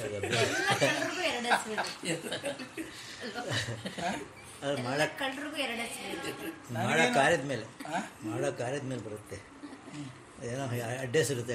ಈಗ ನನಗೆ ತುಂಬ ಜನ ಗುರುಗಳೇ ಅಂತಾರೆ, ತುಂಬ ಜನ ಮೇಸ್ಟ್ರಿ ಅಂತ ಕರೀತಾರೆ, ತುಂಬ ಜನ ಡಾಕ್ಟ್ರಿ ಅಂತ ಕರೀತಾರೆ, ಎಷ್ಟೋ ನನ್ನ ಫ್ರೆಂಡ್ಸ್ ರಮೇಶ್ ಅಂತ ಕರೀತಾರೆ. ಯಾರು ನಾನು? ಇಷ್ಟರೊಳಗೆ ಯಾವ್ದು ನಾನು? ಇದೆಲ್ಲೂ ಅವರವರ ಅಭಿಪ್ರಾಯಗಳು ಹೇಳ್ತಾರೆ ಅಷ್ಟೇ ಅಲ್ವಾ? ನನಗೆ ನಿಜವಾಗ್ಲೂ ಹೆಸರು ಇಲ್ಲ, ಏನೂ ಇಲ್ಲ. ವೃತ್ತಿ, ರಮೇಶ್ ಹೇಳಿದ ವೃತ್ತಿಯಿಂದ ಹೋಮಿಯೋಪತಿ ಮಾಡ್ತಿದ್ದೆ, ಯಾರೋ ಡಾಕ್ಟ್ರು ಅಂತ ಕೆಲವರು ಕರೀತಾರೆ. ಹೌದಾ, ನೀವು ಹೋಮಿಯೋಪತಿ ಬೇರೆ ಮಾಡ್ತೀರಾ ಅನ್ನೋರು ಕೆಲವರು ಇದ್ದಾರೆ, ಕೆಲವರು ನೀವು ಪ್ರವಚನ ಮಾಡ್ತೀರಾ ಅನ್ನೋರು ಕೆಲವರು ಇದ್ದಾರೆ. ಈಗ ನಿಮ್ಗಳಿಗೆಲ್ಲ ಗೊತ್ತು, ಇವನಿಗೆ ಬೇರೆ ಏನೂ ವ್ಯವಹಾರ ಇಲ್ಲ, ಶುಕ್ರವಾರ ಪ್ರವಚನ ಮಾಡ್ತಾರೆ, ಇವನಿಗೇನು ಬೇರೆ ಏನೂ ಬರಲ್ಲ ಅಲ್ವಾ? ಪೂರ್ಣಕ್ಕೋತಾರ ಏನೋ ಬೇರೆ ಏನೋ ಬರುವುದು, ಏನೂ ಬರಲ್ಲ, ಸುಮ್ಮನೆ ನೀವು ಅಂದ್ಕೊಂಡಿದ್ದೀರಷ್ಟೆ. ಮುಂದಕ್ಕೆ ತನಗೆ ದೇಹವಿರುವುದು ಎಂಬುದು ಅನುಭವ ಸಿದ್ಧವಾಗಿರುವುದರಿಂದ ಹೇಗೆ ಅದನ್ನು ಸಿದ್ಧಪಡಿಸುವುದಕ್ಕೆ ಮತ್ತೊಂದು ಪ್ರಮಾಣವು ಬೇಕಿಲ್ಲವೋ ಹಾಗೆ ಆತ್ಮನಿಗೂ ಬೇಕಿಲ್ಲ ಎಂಬಂಶದಲ್ಲಿ ಹೋಲಿಕೆ. ಇದೆಲ್ಲನೂ ಹೋಲಿಕೆಗೋಸ್ಕರ ಹೇಳಿರೋದು. ಮಣಿ ನೀವು ಹೇಳಿದ್ರಲ್ಲ, ಅದಕ್ಕೆ ಇದು ಹೋಲಿಕೆ ಉದಾಹರಣೆ, ಹೌದಲ್ವಾ? ದೇಹಕ್ಕೆ ನೀವು ಇದೀರಾ ಅನ್ನೋದಕ್ಕೆ ಬೇರೆ ಏನಾದ್ರು ಪ್ರಮಾಣ ಬೇಕಾ? ಏನು ಬೇಕಿಲ್ಲ. ಅದೇ ರೀತಿ ಇದುವೆ ಅಂತ. ನಾನು ದೇಹವೋ ಆತ್ಮವೋ? ಇವಾಗಿಂದ ಪ್ರಶ್ನೆ ಹಾಕ್ಕೊಳ್ಳಿ. ನಾನು ದೇಹವೋ ಆತ್ಮವೋ? ದೇಹವಾದರೆ ನಶಿಸುವಂಥವು, ಇವತ್ತಿದ್ದು ನಾಳೆ ಇಲ್ಲದಂಥವು, ತಾತ್ಕಾಲಿಕವಾದ ವ್ಯವಸ್ಥೆ. ಆದರೆ ಆತ್ಮವು ಹುಟ್ಟುವುದೂ ಇಲ್ಲ, ಸಾಯುವುದಿಲ್ಲ. ಆದ್ದರಿಂದ ಅದು ಯಾವಾಗಲೂ ಅಜ, ಹುಟ್ಟುವುದಿಲ್ಲ. ಅರ್ಥ ಆಯ್ತಾ? ಈಗ ಅನಾತ್ಮ ವಸ್ತುವೇ ಈ ಜಗತ್ತಲ್ಲಿ ಪ್ರಕಟ ಆಗೋಲ್ಲ. ಎಲ್ಲದಕ್ಕೂ ಆತ್ಮ ಇರುತ್ತೆ, ಮೂಲ ಒಂದಿರುತ್ತೆ, ನಮಗೆ ಗೊತ್ತಿಲ್ಲ ಅಷ್ಟೇ. ನಮಗೆ ಗೊತ್ತಿಲ್ಲ ಅನ್ನುವ ಕಾರಣದಿಂದ ಅದು ಇಲ್ಲವೇ ಇಲ್ಲ ಎಂದು ಹೇಳಲು ಬರುವುದಿಲ್ಲ. ಹೇಳಿಪ್ಪ. ದೇಹವು ಕೇವಲ ಅವಿಚಾರ ಸ್ವಭಾವದ ಅವಿದ್ಯೆಯ ಅನುಭವದಿಂದ ಸಿದ್ಧ ಅಲ್ವೇ? ಆತ್ಮನು ಸ್ವತಃ ಸಿದ್ಧನಾಗಿರುವಂತೆ ಅದು ತಾನೇ ಸಿದ್ಧವಾಗಿರುವುದಿಲ್ಲ ಎಂದು ಮರೆಯಬಾರದು. ಮರೆಯಬಾರದು. ಸ್ವಯಂ ಸಿದ್ಧನ ಶರೀರ ಅಲ್ಲ. ಹೇಳಿ, ಯಾರ್ಯಾರು? ಇಲ್ಲ. ಎಲ್ಲಿಂದ ಬಂತಿದು? ಅಪ್ಪ ಅಮ್ಮನಿಂದ ಬಂತು. ಅಪ್ಪ ಅಮ್ಮನಿಂದ ಹೇಗೆ ಬಂತು? ಅಪ್ಪ ಅಮ್ಮನ ಸಂಘದಿಂದ ಇದು ಬಂತು ಅಲ್ವಾ? ಪ್ರಕೃತಿ ಪುರುಷರ ಸಂಘ, ಇದೆಲ್ಲ ಭಗವದ್ಗೀತೆಯಲ್ಲಿದೆ. ಪ್ರಕೃತಿ ಪುರುಷರ ಸಂಘದಿಂದ ಇದು ಬಂತು. ವೀಣಾಣುವಿನಿಂದ ಬಂತು, ಗರ್ಭಕೋಶದಲ್ಲಿತ್ತು. ಅದಕ್ಕೆ ಮೊದಲಿತ್ತು ತಾಯಿಯ ಗರ್ಭಕ್ಕೆ ನೀವು ಎಲ್ಲಿಂದ ಬಂದಿರಿ? ಮಣಿ, ಈ ಪ್ರಶ್ನೆಗಳು ನೀವು ಹಾಕೋಬೇಕು. ತಾಯಿಯ ಗರ್ಭಕ್ಕೆ ನೀವು ಎಲ್ಲಿನಿಂದ ಬಂದಿರಿ? ಬರುವಾಗ ನೀವು ಅಲ್ಲಿದ್ದರೋ ಇಲ್ವೋ? ಯಾವುದೋ ಬೇರೆ ರೂಪದಲ್ಲಿದ್ವಿ, ತಾಯಿ ಗರ್ಭಕ್ಕೆ ಬಂದ್ವಿ ಅಣುವಾಗಿ, ಅಲ್ಲಿಂದ ಮತ್ತೆ ಶರೀರ ಪಡೆದು ಬಂದ್ವಿ. ಅಂದರೆ ನಾನು ಹುಟ್ಟಿದ ನಾನು ಇಲ್ಲ, ಇವಾಗ ಮಾತ್ರ ಹುಟ್ಟಿದೆ ಅಂದರೆ ಇದಕ್ಕೆ ಬರುವುದಕ್ಕೆ ಮುಂಚೆ ಎಲ್ಲಿದ್ದೆ? ತಾಯಿಯ ಹೊಟ್ಟೆಯಲ್ಲಿದ್ದೆ. ತಾಯಿಯ ಹೊಟ್ಟೆಗೆ ಎಲ್ಲಿಂದ ಬಂದೆ? ಇದೆಲ್ಲ ಪ್ರಶ್ನೆ ವೆರಿ ಸಿಂಪಲ್ ಸೈನ್ಸ್ ಇದು. ಆದ್ದರಿಂದ ನನಗೆ ಹುಟ್ಟು ಇಲ್ಲ ಸಾವು ಇಲ್ಲ, ಬರ್ತಾ ಇರ್ತೀನಿ ಹೋಗ್ತಾ ಇರ್ತೀನಿ. ಬಸ್ ಸ್ಟಾಪ್ ನೋಡಿದ ತಕ್ಷಣ ನಿಂತ್ಕೋತೀವಿ, ಯಾವ ಬಸ್ ಬರ್ತಾ ಗೊತ್ತಿಲ್ಲ, ಕೇಳ್ತೀವಿ ಈ ಬಸ್ ಬಂತ ಆ ಬಸ್ ಬಂತ, ನಮ್ಮ ಬಸ್ ಬಂತು ಅಂತ ಹತ್ಕೋತೀವಿ ಅಲ್ವಾ. ನಮ್ಮ ಬಸ್ ನಿಲ್ತೀವಿ, ಆ ನಿಲ್ದಾಣ ಬಂದ ತಕ್ಷಣ ಇಳಿತೀವಿ, ಹೌದಾ? ಹೀಗೆ ಇಳಿಯುವ ಹತ್ತುವ ಕೆಲಸವನ್ನು ಎಷ್ಟೋ ಜನ್ಮಗಳಿಂದ ಜೀವವು ಮಾಡುತ್ತಲೇ ಬಂದಿದೆ, ಹೌದಲ್ವ ಮಣಿ? ಅಷ್ಟೇ, ವೆರಿ ಸಿಂಪಲ್ ಶಾಸ್ತ್ರ. ಆದ್ದರಿಂದ ಆತ್ಮಜ್ಞಾನ ನಿಷ್ಠೆಯು ವಿವೇಕಿಗಳಿಗೆ ಅತ್ಯಂತ ಪ್ರಸಿದ್ಧವಾಗಿರುವುದೆಂದು ಸಿದ್ಧವಾಯಿತು. ವಿವೇಕಿಗಳಿಗೆ ಅಂದರೆ ನಿತ್ಯ ಎಚ್ಚರ ಇರುವವರಿಗೆ, ಯಾನಿಷ ಸರ್ವಭೂತಾನಿ ಓದ್ತಿರಲ್ಲ ಅದನ್ನ ಇಲ್ಲಿಗೆ ತಾಳೆ ಮಾಡ್ಕೋಬೇಕು. ಇವರಿಗೆ ವಿವೇಕಿಗಳಿಗೆ ಇದು ಯಾವಾಗಲೂ ಶತಸಿದ್ಧವಾಗಿದೆ, ಇದಕ್ಕೆ ಯಾವ ಪ್ರಮಾಣವೂ ಬೇಡ ಅಂತ ಅಲ್ಲಿ ವ್ಯಾಖ್ಯಾನ ಹೇಳಿದ್ದಾರೆ. ಅಷ್ಟೇ. ಮುಂದೆ ಇನ್ನು ಯಾರ ಪಕ್ಷದಲ್ಲಿ ಜ್ಞಾನವೂ ನಿರಾಕಾರವೂ ಅಪ್ರತ್ಯಕ್ಷವೂ ಆಗಿರುವುದೋ ಅವರ ಪಕ್ಷದಲ್ಲಿಯೂ ಜ್ಞೇಯವನ್ನು ಅರಿತುಕೊಳ್ಳುವುದು ಜ್ಞಾನದ ಅಧೀನವಾಗಿಯೇ ಇರುವುದರಿಂದ ಜ್ಞಾನವು ಸುಖಾದಿಗಳಂತೆಯೇ ಅತ್ಯಂತ ಪ್ರಸಿದ್ಧವಾಗಿರುತ್ತದೆ. ಮಣಿ, ನಿಮ್ಮ ಪ್ರಶ್ನೆ ಉತ್ತರಗಳು ಕೊಡ್ತಾ ಇದ್ದಾರೆ ಅವರು. ಜ್ಞಾನವೇ ನಿರಾಕಾರವಾದರೆ ಆತ್ಮಾಕಾರವಾದ ಜ್ಞಾನವೆಂಬುದು ಅಪ್ರಸಿದ್ಧವಾಗುತ್ತದೆ. ಅಲ್ವೇ? ಆದ್ದರಿಂದ ಜ್ಞಾನವು ನಿರಾಕಾರ ಅಪ್ರತ್ಯಕ್ಷ ಎಂಬ ಮೀಮಾಂಸಕರ ಮತವನ್ನು ಇಲ್ಲಿ ಖಂಡಿಸಿದೆ. ಹೇಳಿ ನೀವು ಮಣಿ, ಕರೆಕ್ಟಾಗಿದೆಯಲ್ವ ಬರ್ತಿರೋದು? ಅಷ್ಟೇ, ಕರೆಕ್ಟಾಗಿ ಓದ್ಕೋ. 10 ಸತಿ 20 ಸತಿ ಓದ್ಬೇಕದು. ಯಾಕೆಂದರೆ ಅಜ್ಞಾನ ಸುಲಭ ಹೋಗಲ್ಲ. ಯಾಕೆ ಹೋಗಲ್ಲ ಅಂದರೆ ಜ್ಞಾನದಲ್ಲೇ ಅಡಗಿರುತ್ತದು, ಅದರಿಂದ ಹೋಗೋಕ್ಕಾಗಲ್ಲ. ಸುಖ ದುಃಖ ಮುಂತಾದವು ಹೇಗೆ ನಮಗೆ ಅನುಭವದಲ್ಲಿರುತ್ತದೆಯೋ ಹಾಗೆಯೂ ಜ್ಞಾನವೂ ಇದೆ. ಜ್ಞಾನ ಉಂಟಾಗಿದೆ ಇಲ್ಲ ಎಂದು ಗೊತ್ತಾಗುವುದಕ್ಕೆ ಪ್ರಮಾಣವನ್ನೇನು ನಾವು ಬಯಸುವುದಿಲ್ಲ ಎಂದು ಬಯಸ್ತೀರ ಮಣಿ? ಇವಾಗ ಹೇಳಿ, ಜ್ಞಾನ ಉಂಟಾಗಿದೆ ಅನ್ನೋದಕ್ಕೆ ನೀವು ಪ್ರಮಾಣವನ್ನು ಬಯಸ್ತೀರಾ? ಪ್ರಮಾಣ ಇಲ್ಲ. ಯಾಕಿಲ್ಲ ಅಂದರೆ ಅದರೊಳಗೆ ಸ್ವಪ್ರಮಾಣಿತ ಜ್ಞಾನ ಅನ್ನುವುದು ಪ್ರಮಾಣಿತ ಅದಿಲ್ಲ ನನಗೆ ಅಷ್ಟೇ. ಯಾರ್ಯಾರು ಸತ್ತಾಗ ನಮ್ಗೆ ಅಳು ಬರುತ್ತೆ ಅಲ್ವ ಮಣಿ? ಯಾಕೆ ಬರುತ್ತೆ? ಸತ್ತೋಗಿದಾರಲ್ಲ, ಬದುಕಿದಾರಲ್ಲ, ಇನ್ನೂ ಬದುಕಬಹುದಾಯ್ತಲ್ಲ ಅಂತ ಅನ್ನಿಸ್ತಾ ಇರುತ್ತೆ. ಯಾಕೆ ಅಂದರೆ ನಮಗೆ ಸಾವು ಹುಟ್ಟು ಜೀವಕ್ಕೆ ಇಲ್ಲವೇ ಇಲ್ಲ ಅಂತ ಗೊತ್ತಿಲ್ಲದೇ ಇರುವ ಕಾರಣದಿಂದ. ಗೊತ್ತಾಗ್ಬಿಟ್ರೆ ಏನಾಗುತ್ತೆ, ಟರ್ಮ್ ಮುಗೀತು ಹೋದರು ಅಷ್ಟೇ. ಅದ್ಯಾವ ಬರುತ್ತೆ? ವಿವೇಕ ಇದ್ದರೆ ಬರುತ್ತೆ, ಇಲ್ದಿರಲಿಲ್ಲ. ಅಂಥ ಜನ ತುಂಬ ನಾನು ನೋಡಿದ್ದೀನಿ, ನೀವು ನೋಡಿರ್ಬೋದು, ನೋಡಿಲ್ಲದೆ ನೋಡಿರ್ಬೋದು, ನೋಡ್ಬೋದು. ಆದ್ದರಿಂದ ಯಾವುದು ಇದೆ, ಯಾವುದು ಬರುತ್ತೆ, ಯಾವುದು ಹೋಗುತ್ತೆ, ಇದೆಲ್ಲವೂ ಭಾಸ. ಅಂತ ಬರ್ಕೊಳ್ಳಿ ಇಲ್ಲಿಂದ. ಎಲ್ಲವೂ ಭಾಸ. ಸುಖ, ಊಟ ಆಯಿತು, ಚೆನ್ನಾಗಿ ತೃಪ್ತಿ ಆಯಿತು, ಭಾಸ. ಇನ್ನು 2-3 ವರ್ಷ ಆದ ತಿರ್ಗಾ ಹೊಟ್ಟೆ ಹಸಿತು, ಭಾವ ಅಲ್ಲ ಅದು, ಅದರಿಂದ ಭಾಸ.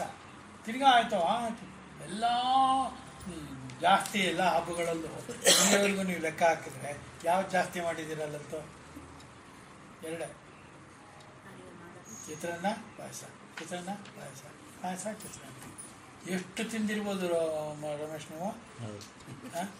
ನಮ್ಮ ಮನೆಗಳಲ್ಲಿ ಮಾಡಿರೋದು ಹೋದ ಕಡೆ ಬಂದ ಕಡೆ ಅದೇ ತಿಂದಿದ್ವೋ ಇಲ್ವೋ? ಆದರೆ ನಮಗೆ ಅಲ್ಲಿ ಚಿತ್ರಾನ್ನ ಮಾಡಿ ಹೋದೆ ಹೇಗಿತ್ತು ನಿಂಬೆಹಣ್ಣಿಂದ ಅದ್ರದ್ದು ವಿಶೇಷವಾದ ಅಭಿಮಾನ ಇತ್ತು ನಮಗೆ. ಅಭಿಮಾನವು ತೊಲಗಬೇಕಾದ್ರೆ ಈ ನಾಮರೂಪ ಕ್ರಿಯೆಗಳು ಹೊಟ್ಟಬೇಕು, ಹೌದಲ್ವ? ನಿಂಬೆಹಣ್ಣಿನ ಚಿತ್ರಾನ್ನ, ನಿಂಬೆಹಣ್ಣು ಹಾಕಿರೋದ್ರಿಂದ ನಿಂಬೆಹಣ್ಣು ಚಿತ್ರಾನ್ನ. ಹುಣಸೆ ಹಣ್ಣು ಹಾಕಿ ಮಾಡಿ ಹುಳಿ ಚಿತ್ರಾನ್ನ, ಅದು ಬೇರೆ. ಪುಳಿಯೋಗರೆ ಬೇರೆ ಬೇರೆ ಹೆಸರು ಇಟ್ಕೊಂಡಿದ್ದೀವಿ ನಾವು ಅಲ್ವ ಮಣಿ? ಪುಳಿಯೋಗರೆ ಅಂತ ಅಮೇರಿಕಾದವನು ಕೊಟ್ಟರೆ ವಾಚ್ ಅಂತ, ಹೌದಲ್ಲ? ಸಾರ್ವತ್ರಿಕ ಅಲ್ಲ, ಚೆನ್ನಾಗಿ ಜ್ಞಾಪಕ ಕಟ್ಕೊಳ್ಳಿ. ಸಾರ್ವತ್ರಿಕ ಯಾವುದೋ, ಸಾರ್ವಜನಿಕ ಯಾವುದೋ, ಸಾರ್ವಕಾಲಿಕ ಯಾವುದೋ, ಈ 3 ಇದ್ದರೆ ಮಾತ್ರ ಪರಮಾತ್ಮನ ವಿಚಾರ. ಸಾರ್ವಕಾಲಿಕ, ಸಾರ್ವಜನಿಕ, ಸಾರ್ವತ್ರಿಕ, ಹೌದಲ್ವಾ? ಅದರಿಂದ ಭೇದ ಇರಬಾರ್ದು. ಭೇದ ಇದ್ದರೆ ವ್ಯವಹಾರ ಜ್ಞಾನ, ಅಭೇದವಾದರೆ ಪರಮಾತ್ಮ ಜ್ಞಾನ. ಅಷ್ಟೇ.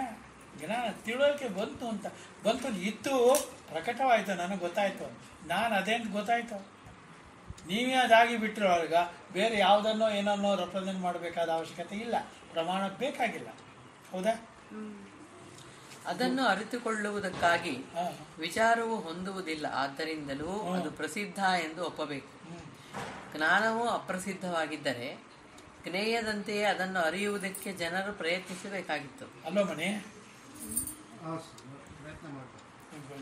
ಯೋಚನೆ ಇದನ್ನೇ ಪದೇ ಪದೇ ಓದ್ಕೊಳ್ಳಿ ಈ ಭಾಗನ. ಹೇಗೆ ಗಡಿಗೆಯ ಮುಂತಾದ ರೂಪದ ಜ್ಞೇಯವನ್ನು ಜ್ಞಾತೃವಾದವನು ಜ್ಞಾನದಿಂದ ಪಡೆಯುವುದಕ್ಕೆ ಇಚ್ಛಿಸುತ್ತಾನೋ ಅದರಂತೆ ಜ್ಞಾನವನ್ನೂ ಕೂಡ ಮತ್ತೊಂದು ಜ್ಞಾನದಿಂದ ಪಡೆಯಲು ಇಚ್ಛಿಸಬೇಕಾಗಿತ್ತು. ಆದರೆ ಹಾಗಿಲ್ಲ. ಆದ್ದರಿಂದ ಜ್ಞಾನವು ಅತ್ಯಂತ ಪ್ರಸಿದ್ಧವಾಗಿರುತ್ತದೆ. ಜ್ಞಾನಕ್ಕೆ ಇನ್ನೊಂದು ಅದನ್ನು ಒಪ್ಪಿಸಬೇಕಾದ, ಹೇಳಬೇಕಾದ, ತಿಳಿಯಬೇಕಾದ, ಬೋಧಿಸಬೇಕಾದ ಪ್ರಮೇಯವೇ ಇಲ್ಲ. ಜ್ಞಾನ ಎಂಬುದು ಸಾರ್ವಕಾಲಿಕವಾಗಿ ಸ್ವತಂತ್ರ. ಏನು ಹೇಳಿ? ಜ್ಞಾನವೂ ಕೂಡ ಈ ಸುಖ ದುಃಖದ ಹಾಗೆ ಸಾರ್ವಕಾಲಿಕ ಸ್ವಾತಂತ್ರ್ಯ, ಆದರೆ ತಾತ್ಕಾಲಿಕವಲ್ಲ. ಯಾಕೆಂದರೆ ಬ್ರಹ್ಮನ ಸ್ವರೂಪವೇ ಜ್ಞಾನ. ಅರ್ಥ ಆಗ್ತಲ್ಲ? ನಿಧಾನಕ್ಕೆ ಅರ್ಥ ಮಾಡ್ಕೊಳ್ಳಿ. ಹಾಗಾಗಿ ಕೇಳ್ತಾ ಇರಿ. ಜ್ಞಾನವು ಸಾಕ್ಷಿ ಪ್ರತ್ಯಕ್ಷ ಸಿದ್ಧವೆಂದು ಇಲ್ಲಿ ಹೇಳಿದಂತಾಯಿತು. ನಾನೇ ಅದಾಗಿರುವಾಗ ನನಗೆ ಇನ್ನೊಬ್ಬ ಬೇಕಾ? ನೀನು ಮನುಷ್ಯ ಕಣೆ ಅಂತ ಹೇಳ್ಬೇಕಾ ಯಾರು? ಮಂಜು ಇಲ್ಲ. ನಾನು ನನಗೆ ನಾನೇ ಪ್ರತ್ಯಕ್ಷ ಸಾಕ್ಷಿ. ಇದೇ ರೀತಿ ಸಾಕ್ಷಿ ರೂಪದಲ್ಲಿರ್ತಕ್ಕಂಥ ಭಗವಂತನನ್ನು ಅರಿಯುವುದಕ್ಕೆ ಇನ್ನೊಂದು ಸಾಕ್ಷಿ ಅವಶ್ಯಕತೆ ಇರುವುದಿಲ್ಲ. ಆದ್ದರಿಂದಲೇ ಜ್ಞಾತೃವು ಪ್ರಸಿದ್ಧನಾಗಿರುತ್ತಾನೆ ಎಂದು ತಿಳಿಯಬೇಕು. ಜ್ಞಾತೃವನ್ನು ಅರಿಯುವುದಕ್ಕೆ ಯಾರೊಬ್ಬರೂ ಇಚ್ಛಿಸುವುದಿಲ್ಲ ಎಂಬ ಕಾರಣದಿಂದಲೇ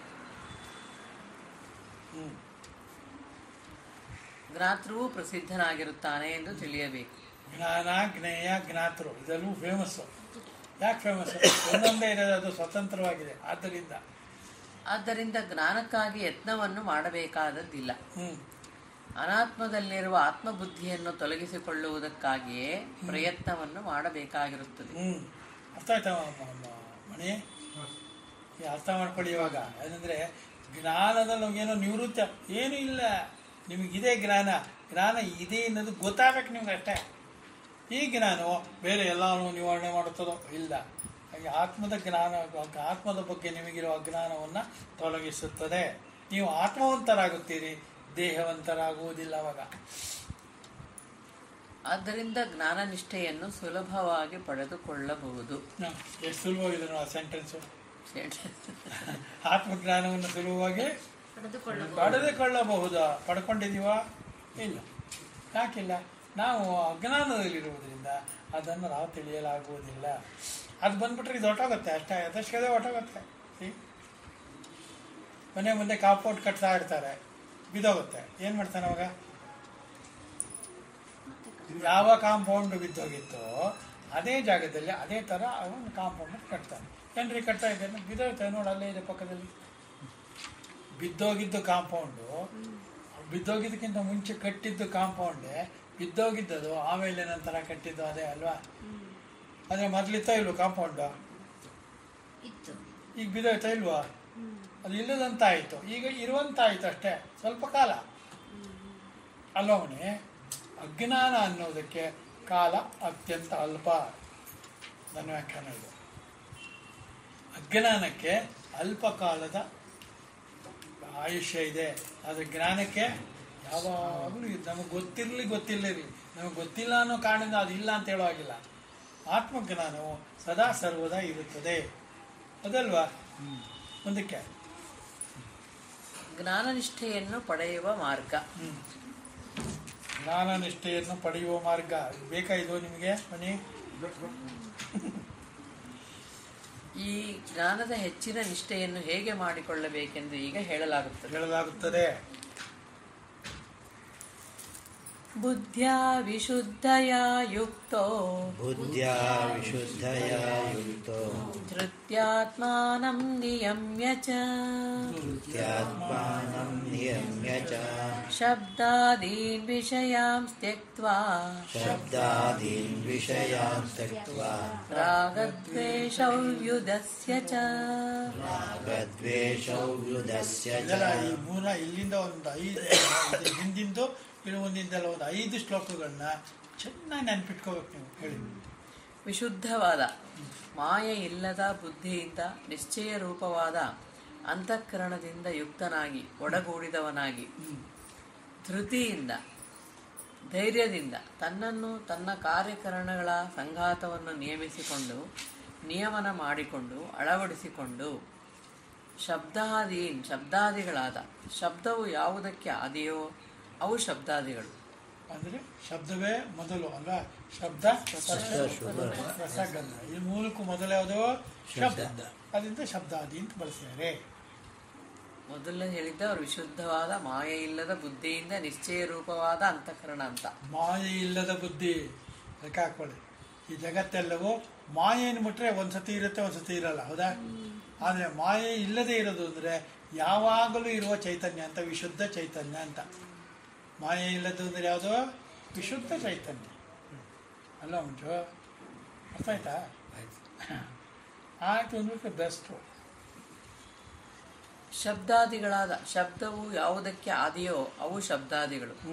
ಆ ಶಬ್ದವೇ ಮುಂತಾದ ವಿಷಯಗಳನ್ನು ಬಿಟ್ಟು ಶಬ್ದಾದಿಗಳನ್ನು ಬಿಟ್ಟು ಎಂದರೆ ಅರ್ಥವಶದಿಂದ ಶರೀರವು ಇರುವುದಕ್ಕೆ ಕಾರಣವಾಗಿರುವ ಶಬ್ದಾದಿಗಳನ್ನು ಹೊರತು ಅದಕ್ಕಿಂತ ಹೆಚ್ಚಾಗಿರುವ ಸುಖಕ್ಕಾಗಿ ಬೇಕಾಗಿರುವ ಶಬ್ದಾದಿಗಳನ್ನು ಬಿಟ್ಟು ಎಂದು ಅರ್ಥ ಮಾಡಬೇಕು. ಈಗ ಇಂದ್ರಿಯಗಳ ಸುಖ ಒಂದು ಕಡೆ, ಬ್ರಹ್ಮ ಸುಖ ಒಂದು ಕಡೆ. ಯಾವ್ದು ಮೇಲಿಂದು? ಹೇಗೆ ಒಳ್ಳೆಯದು? ಇಂದ್ರಿಯ ಸುಖ ಕ್ಷಣಿಕ.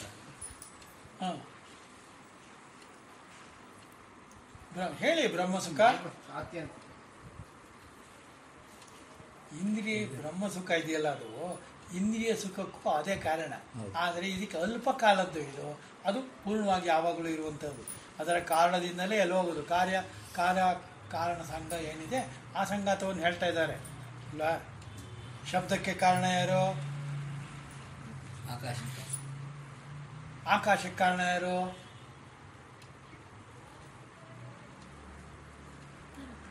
ಆಕಾಶ, ವಾಯು, ಅಗ್ನಿ, ಜಲ, ಪೃಥ್ವಿ ಅಲ್ಲ. ಇದು ಎಲ್ಲ ತನ್ಮಾತ್ರೆಗಳೇನು? ಶಬ್ದ, ಸ್ಪರ್ಶ, ರೂಪ, ರಸಗಂಧ. ಇದೆಲ್ಲಕ್ಕೂ ಕಾರಣ ಯಾರು? ಪ್ರಕೃತಿಗೆ ಕಾರಣ ಯಾರು?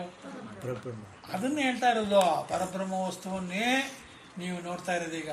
ಯಾಕೆಂದ್ರೆ ಜೀವನ್ ಮುಕ್ತ ಭಾವಕ್ಕೆ ಹೋಗ್ತಾ ಇದಿಲ್ಲಪ್ಪ, ಅದಕ್ಕೆ. ಮತ್ತು ಶರೀರವು ಇರುವುದಕ್ಕಾಗಿ ಬೇಕಾಗಿ ಒದಗಿದ ವಿಷಯಗಳಲ್ಲಿ ರಾಗದ್ವೇಷಗಳನ್ನು ತಿರಸ್ಕರಿಸಿ ಬಿಟ್ಟು. ರಾಗದ್ವೇಷಗಳನ್ನು ತಿರಸ್ಕರಿಸಲಾಗುವುದು? ಖಂಡಿತ ತಿರಸ್ಕರಿಸಬಹುದು. ಯಾವ್ದ್ರಿಂದ? ಜ್ಞಾನ ಇದ್ರೆ, ಬ್ರಹ್ಮಜ್ಞಾನ ಇದ್ರೆ ಇದಾಗೂ ಇರಲ್ಲ. ಅವ್ರು ಹೋಗ್ಬಿಟ್ರು, ಇವ್ರು ಹೋಗ್ಬಿಟ್ರು, ಅವ್ರು ಬಂದರು, ಅವ್ರು ಭಾಳ ಕ್ಲೋಸ್ ಆಗಿದ್ರು, ಯಾಕೆ ಹೋಗ್ಬಿಟ್ರು, ಇದೋಗ್ಬಿಟ್ರು, ಇನ್ನೂ ಇರಬೇಕಾಯ್ತು, ನೀನು ಕೈಲಾದ್ರೂ ಇರಿಸ್ಬೇಕಾಯ್ತು. ಈ ಜಗತ್ತಿನಲ್ಲಿ ಹೋದಂಥ ಮಹಾತ್ಮರನ್ನು ಉಳಿಸಿಕೊಳ್ಳಲು ಯಾವ ಪ್ರಯತ್ನ ಮಾಡಿದರೂ ಉಳಿಸಿಕೊಳ್ಳಲಾಗಲಿಲ್ಲ. ಯಾಕೆ? ಆಗೋದಿಲ್ಲ. ಟೈಮ್ ಬೌಂಡ್ ಅವೆಲ್ಲ ಅಷ್ಟೇ. ಶಂಕರಾಚಾರ್ಯ ಆಗಲಿ, ಯಾರು ಆಗಲಿ, ಯಾರಲ್ಲಿ ಯಾಕೆಲ್ಲ ಇವಾಗ ಇಲ್ಲ ಅಂದರೆ ಅವರ ಮಾತುಗಳಿದೆ ಅಂದರೆ ಎಷ್ಟು ಕಠಿಣವಾಗಿ, ಎಷ್ಟು ನಿರ್ಭರವಾಗಿ ಎಲ್ಲರಿಗೂ ಅನ್ವಯವಾಗುವಂತ ಹೇಳುವಂಥ ಮಹಾತ್ಮರು, ಯುಗ ಪುರುಷರು ಭಾಳ ಕಡಿಮೆ. ನಾವೆಲ್ಲ ಅಲ್ಲದೇ ಇರುವುದರಿಂದ ಸಾಮಾನ್ಯ ಜನರಾಗಿದ್ದೇವೆ, ಹೌದಲ್ವ? ಮುನ್ನೆ ಬಾಯ್ ನೀವು ಇದಾಗಿರ್ತೀರ. ಧೃತ್ಯಾತ್ಮಾನಂ ನಿಯಮ್ಯ ಚ. ಧೃತಿ ಇರಬೇಕು ಪೂರ್ಣಕ್ಕೆ. ಧೃತಿ ಅಂದ್ರೆ ಏನಂತ? ಧೈರ್ಯ. ಯಾವ ಧೈರ್ಯ?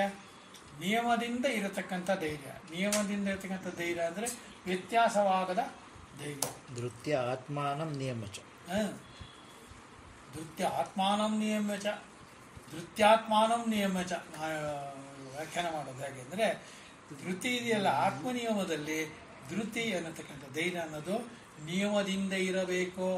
ನಿಯಮ ಇದೆಲ್ಲ ಮಾತಾಡ್ತೀವಲ್ಲ, ಅದೇ ಅಂದರೆ ನನಗೆ ಅದರೊಳಗೆ ಯಾವುದೇ ಕೊಂಕು, ಒಂಚೂರು ಕೊಂಕಿರಬಾರ್ದು ಅಲ್ವ ಮಣಿ?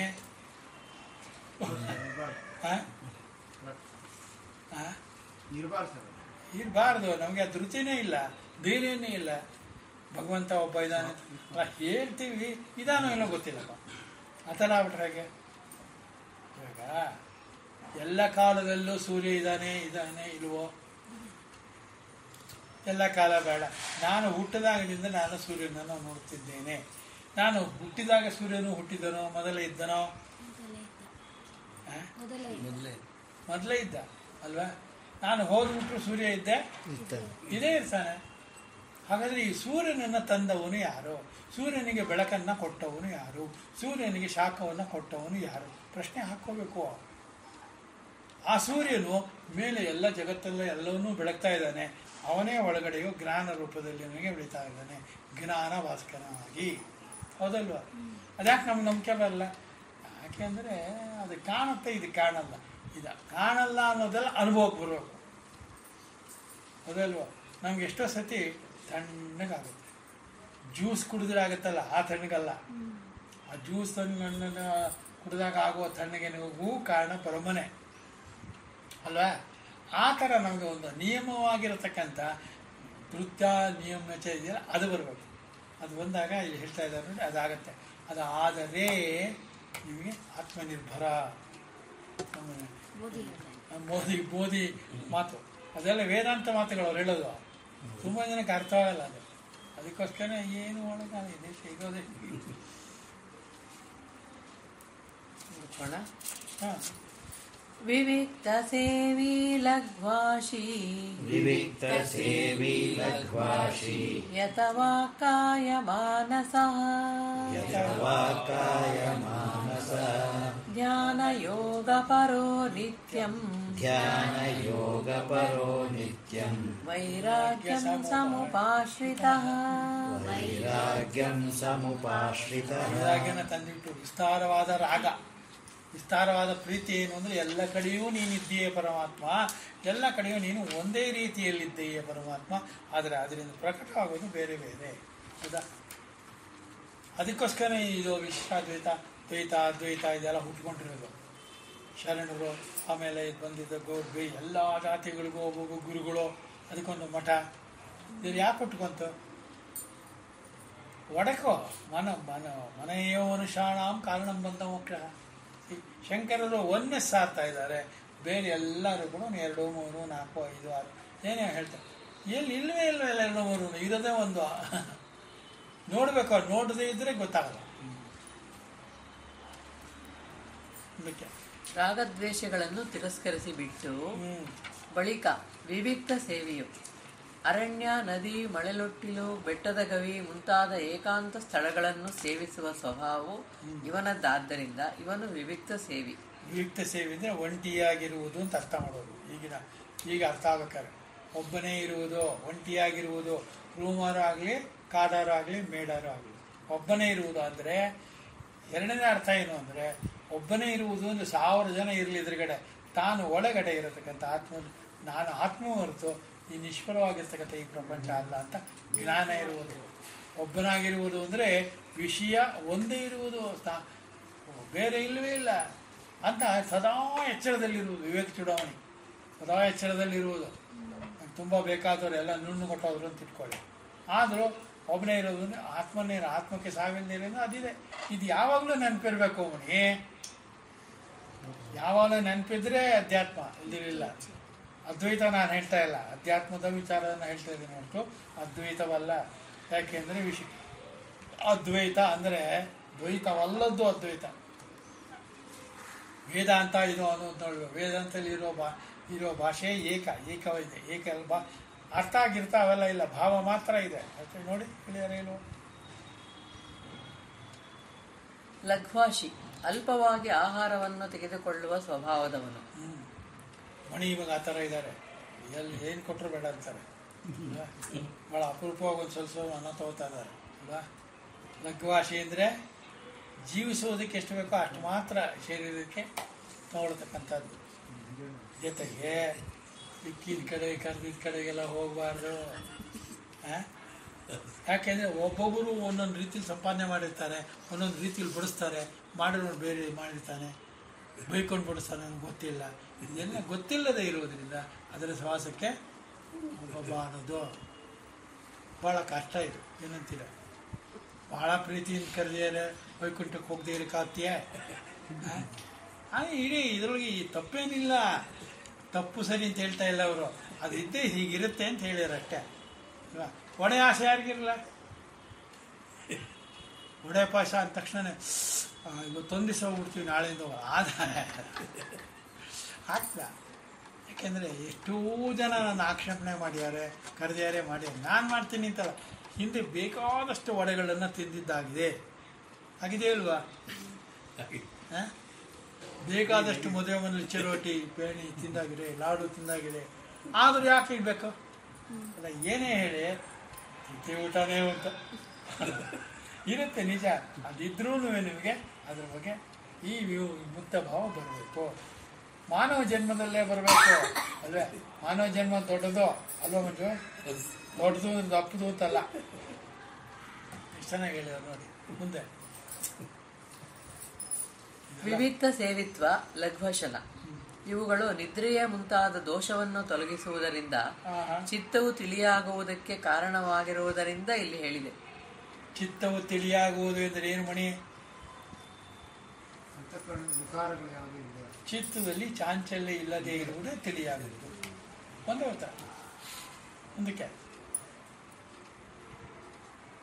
ಯಥ ವಾಕ್ ಕಾಯ ಮಾನಸ, ವಾಕು ಕಾಯ ಮನಸ್ಸು ಇವು ಯಾವ ಜ್ಞಾನನಿಷ್ಠನಿಗೆ ಯಥವಾಗಿರುವವೋ, ಬಿಗಿ ಹಿಡಿಯಲ್ಪಟ್ಟಿರುವವೋ, ಆ ಜ್ಞಾನನಿಷ್ಠನಾದ ಯತಿಯು ಯಥ ವಾಕ್ ಕಾಯ ಮಾನಸನಾಗುವನು. ಯಥಾ ಪ್ರಕಾರ ಇರುವುದೋ, ಅದೇ ಮೇಲೆ ಹೇಳಿದ ರೀತಿಯಲ್ಲೇ ಕಾಯ ಮಾನಸ ಹಾಗೆ ಇರಬೇಕು ಅಂತ ಅಲ್ವಾ? ಹೀಗೆ ಎಲ್ಲಾ ಕರಣಗಳು ಸುಮ್ಮನಾದವನಾಗಿ ಧ್ಯಾನ ಯೋಗ ಪರನು. ಧ್ಯಾನ ಎಂದರೆ ಆತ್ಮಸ್ವರೂಪವನ್ನು ಕುರಿತು ಚಿಂತಿಸುವುದು. ಆತ್ಮಸ್ವರೂಪ ನಮಗೆ ಗೊತ್ತಾ ಇಲ್ವಲ್ಲ? ಮಣಿ ಹೇಳ್ತಾರೆ, ಮಣಿ ಇತ್ತಾನೆ ಹೇಳೋದಲ್ಲ. ಆತ್ಮಸ್ವರೂಪನ ಕುರಿತಿಲ್ಲ ಏನು ಧ್ಯಾನ ಮಾಡೋದ? ಯಾವಾಗಲೂ ನಿಮ್ಗೆ ಹೇಳ್ಕೊಬೇಕು. ಭಗವದ್ಗೀತೆಯ ಥರ ಇರುತ್ತೆ. ಅಂದರೆ ಎಲ್ಲದಕ್ಕೂ ಕಾರಣವಾಗಿರುವ ಚೈತನ್ಯ ಅಂತ ನನ್ನ ಮನಸ್ಸಿನಲ್ಲಿ ದೃಢವಾಗುವುದು. ಎಲ್ಲ ಕಾರ್ಯಗಳಿಗೂ ಕಾರಣಗಳು ಯಾವುದು? ಪರಮಾತ್ಮ. ಸರ್ವ ಕಾರಣ ಎಲ್ಲ ಗೊತ್ತಿದೆ ನಿಮಗೆ, ಆದರೂ ಯಾಕೆ ಈ ಥರ ಮನಸ್ಥಿತಿ ಮರ್ತೋಯ್ತದೆ ಶಿವ ಅಲ್ವಾ? ಅದಕ್ಕೆ ಶಿವ ಅನ್ಸರಿಸೋದು. ಚೆನ್ನಾಗಿರುತ್ತೆ, ಒಂಥರ ಮಜಾ ಇರುತ್ತೆ ಪ್ರವಚನ ಮಾಡೋದು. ನಾಳೆಯಿಂದ ನೀವು ಮಾಡ್ತೀರಾ ಮಂಜು? ಇಲ್ಲ. ಇಲ್ಲ. ಯಾಕೆ ನೀವು ಮಾಡಲ್ಲ ಹೇಳಿ? ಬರಲ್ಲ. ಎಲ್ಲ ಬರುತ್ತೆ. ನಾಟಕ ಬರೀ ಮಾಡ್ತಾ ಇದ್ದೀನಿ, ಒಬ್ಬ ಮಾಡ್ಕೊಂಡು ಹೋಗ್ಲಿ. ಮಣಿಗೆ ನಿಜವಾಗ್ಲೂ ಕೂತ್ಕೊಂಡು ಮಾಡೋಕ್ಕಾಗತ್ತೆ? ಅವ್ರಿಗೆ ಕೇಳಿದ್ರೆ ಏನು ಹೇಳ್ತಾನೆ? ನಂಗೆ ಮರ್ತೋಗತ್ತೆ ಸರ್. ಏನು ಮಣಿ ನೀವು ಯಾಕೆ ನೀವೇ ಮಾಡಬಾರ್ದು ಇದನ್ನ? ಏನು ಹೇಳೋದೇ ಇಲ್ಲ ಮಣಿ.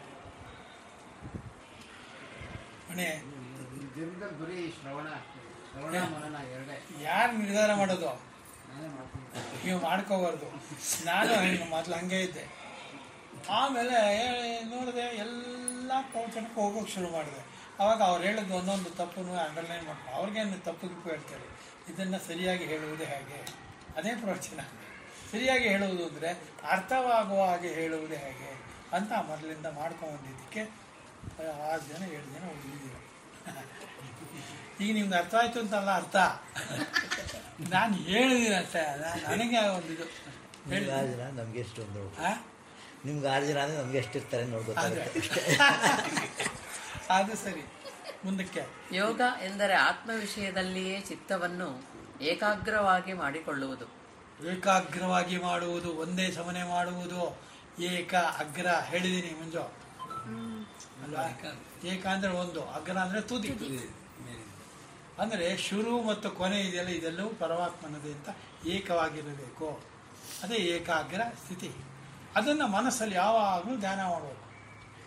ಈ ಧ್ಯಾನ ಯೋಗಗಳೇ ಎಲ್ಲಕ್ಕೂ ಹೆಚ್ಚೆಂದು ಮಾಡುತ್ತಿರುವುದು ಯಾವನಿಗೋ ಅವನು ಧ್ಯಾನ ಯೋಗ ಪರ. ಧ್ಯಾನ ಯೋಗಕ್ಕೆ ಪರ, ಅದರ ಪರವಾಗೇ ಮಾಡ್ತಾ ಇದ್ದಾನೆ. ಏನಾಗಿ ಜೊತೆಲಿ ಇಟ್ಕೋಬೇಕು? ನಿತ್ಯವೂ ಧ್ಯಾನ ಯೋಗ ಪರನಾಗಿ. ಆಮೇಲೆ ಎಂದು ನಿತ್ಯ ಎಂಬ ಮಾತನ್ನು ಉಪಯೋಗಿಸಿರುವುದು ಮಂತ್ರ ಜಪವೇ ಮುಂತಾದ ಮತ್ತೇನನ್ನೂ ಮಾಡಬೇಕಾದದ್ದಿಲ್ಲ ಎಂದು ತಿಳಿಸುವುದಕ್ಕೆ. ಮಂತ್ರ ಜಪ ಅದು ಇದು ತಂತ್ರ ಗಿಂತ್ರ ಯಜ್ಞ ಯಾಗ ಇದೆಲ್ಲ ಏನು ಮಾಡಬೇಕಾಗಿಲ್ಲ. ಯಾವಾಗ ಇದನ್ನು ಯಾವಾಗಲೂ ನಿತ್ಯ ಜಪ ಮಾಡ್ತಾ ಇದ್ರೆ ಇದು ಏನಿರ್ಬೇಕು ಮಾಡಿದ್ಮೇಲೆ? ಟಿಪ್ಪಣಿ ಚೆನ್ನಾಗಿದೆ. ಟಿಪ್ಪಣಿ ಹೇಳ್ತಾರೆ, ಸನ್ಯಾಸಿಯು ಪ್ರಣವವನ್ನು ಜಪ ಮಾಡಬೇಕೆಂದು ಧರ್ಮಶಾಸ್ತ್ರದಲ್ಲಿ ವಿಧಿಸಿದೆ. ಆದರೆ ಧ್ಯಾನವನ್ನು ನಿತ್ಯವಾಗಿ ಮಾಡಬೇಕೆಂದು ಹೇಳಿರುವುದರಿಂದ ಧ್ಯಾನ ಯೋಗ ಪರನಾದ ಸನ್ಯಾಸಿಗೆ ಮಂತ್ರ ಜಪ ವಿಧಿಯೂ ಅನ್ವಯಿಸುವುದಿಲ್ಲ ಎಂದು ಹೇಳಿದಂತಾಯಿತು. ಆಗಲಿಲ್ವೇ ಕೊನೆ ಸೆಂಟೆನ್ಸಿನ ವೈರಾಗ್ಯ? ವೈರಾಗ್ಯ ಎಂದರೆ ವಿರಾಗದ ಭಾವ. ಅಲ್ಲ, ಅದು ಹೇಳಲಿಲ್ಲ ನೀವು ಆ ಸೆಂಟೆನ್ಸು. ವೈರಾಗ್ಯ ಸಮುಪಾಶ್ರಿತ. ಅದೇ ಬರ್ತಾ ಇದೆ. ಇವಾಗ ವೈರಾಗ್ಯ ಬರ್ತಾ ನೆಕ್ಸ್ಟ್ ಬರ್ತಾ ಇದೆ. ಈಗ ವೈರಾಗ್ಯ. ಅದೇ ವೈರಾಗ್ಯ ಎಂದರೆ ವಿರಾಗದ ಭಾವ. ಕಂಡ ಈ ಲೋಕದ ಕಾಣದ ಪರಲೋಕದ ವಿಷಯಗಳಲ್ಲಿ ಬಯಕೆ ಇಲ್ಲದಿರುವುದು. ಸರ್ವ ಲೋಕಗಳಲ್ಲೂ ಪರಮಾತ್ಮನಿದ್ದಾನೆ. ನಾನು ಹೋಗದೇ ಇರಲಿ, ಅವನು ಇದ್ದೇ ಇರ್ತಾನೆ. ನನಗೋಸ್ಕರ ಕಾಯ್ತಾನೇನ? ಅವನು ಅಂತ ನಾವು ಅನ್ನೋದ್ರಿಂದ ಲಿಂಗಭೇದ ಆಯ್ತಲ್ಲ ಅಂತ ನೀವು ಅನ್ಬೋದು. ಅವನು ಅಲ್ಲ, ಅದು ಯಾವಾಗಲೂ ಇರುತ್ತದೆ. ಅದು ಚೈತನ್ಯವಾದ್ದರಿಂದ ಅದಕ್ಕೆ ಲಿಂಗವಿಲ್ಲದೆ ಇರುವುದರಿಂದ ಅದು ಹಾಗೆ ಇರುತ್ತದೆ. ನೆಕ್ಸ್ಟ್, ವಿಷಯಗಳಲ್ಲಿ ಬಯಕೆ ಇಲ್ಲದಿರುವುದು, ಅದನ್ನು ಅವಲಂಬಿಸಿ ಚೆನ್ನಾಗಿ ಯಾವಾಗಲೂ ಆಶ್ರಯಿಸಿದವನಾಗಿ ಎಂದು ಅರ್ಥ. ಅರ್ಥ ಆಯ್ತಾ? ಈಗ ಮುಂದೆ ಸಾಕು ಅನ್ಸುತ್ತೆ. ವೈರಾಗ್ಯ ಸಮುಪಾಶ್ರಿತ ಆಯ್ತಾ? ಆಯ್ತು. ವೈರಾಗ್ಯ ಎಂಬುದನ್ನು ವಿಸ್ತಾರವಾದ ರಾಗವನ್ನು, ಅಂದರೆ ರಾಗ ಅಂದರೆ ಅದು ಪರಮಾತ್ಮನೊಬ್ಬನೇ ಎಲ್ಲ ಕಡೆಯೂ ಇರುವುದು. ನಾಮರೂಪಗಳು ಅವನನ್ನು ರೆಪ್ರೆಸೆಂಟ್ ಮಾಡುತ್ತಷ್ಟೇ. ಗೊತ್ತಾಯ್ತಲ್ಲ? ಅದನ್ನು ತಲೆಯಲ್ಲಿ ಇಟ್ಕೊಂಡು ಯಾವಾಗಲೂ ವಿಭಕ್ತಿ ಸೇವೆ ಲಘ್ವಾಸಿ ಇದೆಲ್ಲ ಮಾಡ್ತಾ ಇರಬೇಕು. ಆವಾಗ ನಿಮಗೆ ನೆನಪು ಗಿರುಪು ಎಲ್ಲ ತನ್ನಟಿ ತಾನೇ ಇರುತ್ತೆ. ಮನೆ ನಾಳೆಯಿಂದ ನೀವು ಮಾಡಿ ಶುರು ಮಾಡಿ. ಡೈಲಿ ಹೋಗಿರಿ. ಅಯ್ಯೋ ಬರೀ ಶ್ರವಣ, ನೀವು ತೀರ್ಮಾನ ಮಾಡಬಾರ್ದು.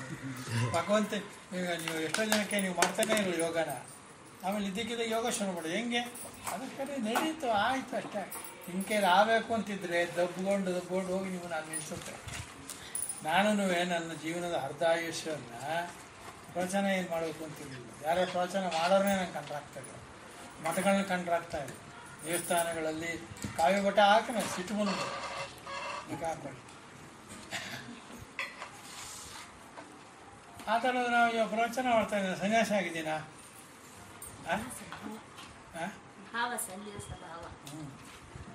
ಕರ್ಮ ಅಂದಾಗಾಯ್ತು. ಈಗ ಸನ್ಯಾಸ ಭಾವ ಅರ್ಥ ಆಯ್ತಾ ಮನೆ?